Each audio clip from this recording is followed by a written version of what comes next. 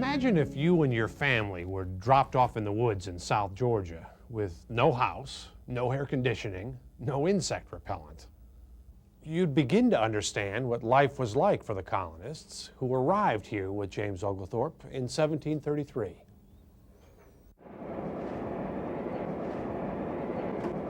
This is an 18th century style of forge. At high temperature, the steel is more plastic, and you can take it and move it and form things out of it. For the first colonists, nothing was easy.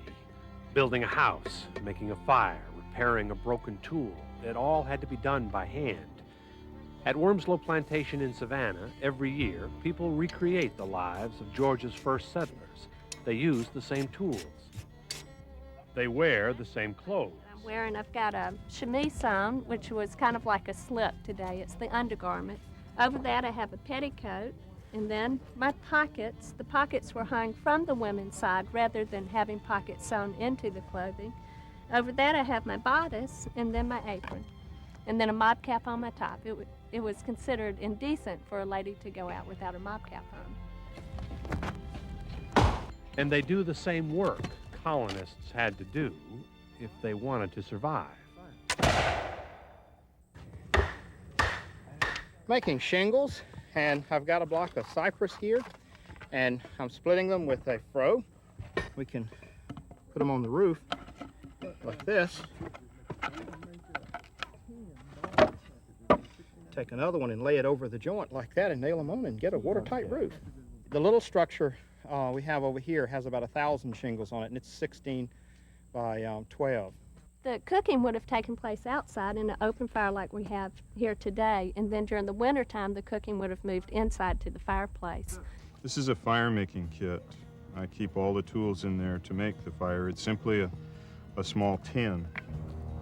The things you need to make fire are a flint, a hardened piece of steel, carbon steel, char cloth, and some tinder. The way the thing works is the char cloth catches the spark and holds it, and then you blow on it to get it going good in a little nest of the Spanish moss that's been dried out, and it's local.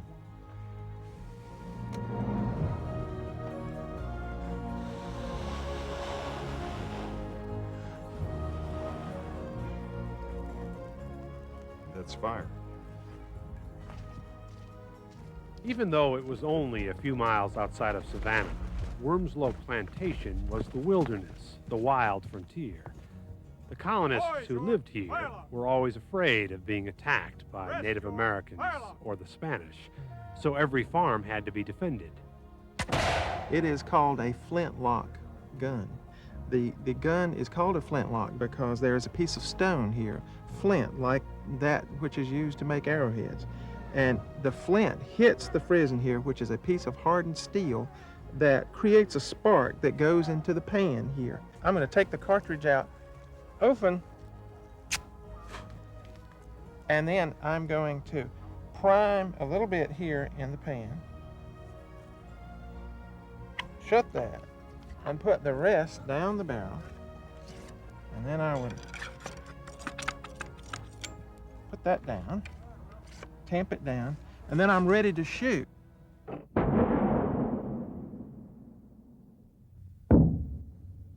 For the colonists, throwing axes was more than a game. It gave them the skill they needed to survive. And the more you practiced with this type of thing here, the better your chances of hitting an Indian or something else in the wild that you would need to.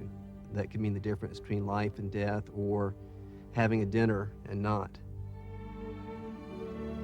Before James Oglethorpe ever set foot in Georgia, he described it as a near paradise. He wrote, "The air is healthy, being always serene, pleasant, and temperate, never subject to excessive heat or cold, nor to sudden changes." Others described it as the most delightful country in the universe, with mild temperatures and rich soil. It's a great advertising campaign, you know. Yeah, the land of milk and honey, why you don't have to farm, you know, things are just growing right on the trees, and you just And not exactly true if you walked around here. You know, you go out there and try to find something to eat right now, you know. You might find an acorn or something, but it won't be very tasty. Do you remember what they told us? That it was how wonderful the land was, the most delightful country in the universe, and the Indians begging for the gospel? Then I just don't know how people back then dealt with the insects. If you've been down here on coastal Georgia when the gnats come out, and these are the biting gnats out here, and sand flies, and large quantities of mosquitoes, it was horrible at times. It wasn't just the adversaries of the Spanish that the colonists were up against, or the Spanish and the French.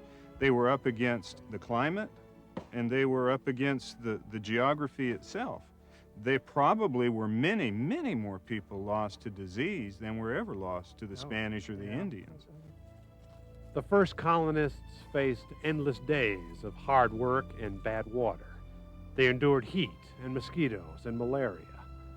Of the 114 people who landed with Oglethorpe in 1733, nearly 40 of them, or 1 in 3, died within the first year.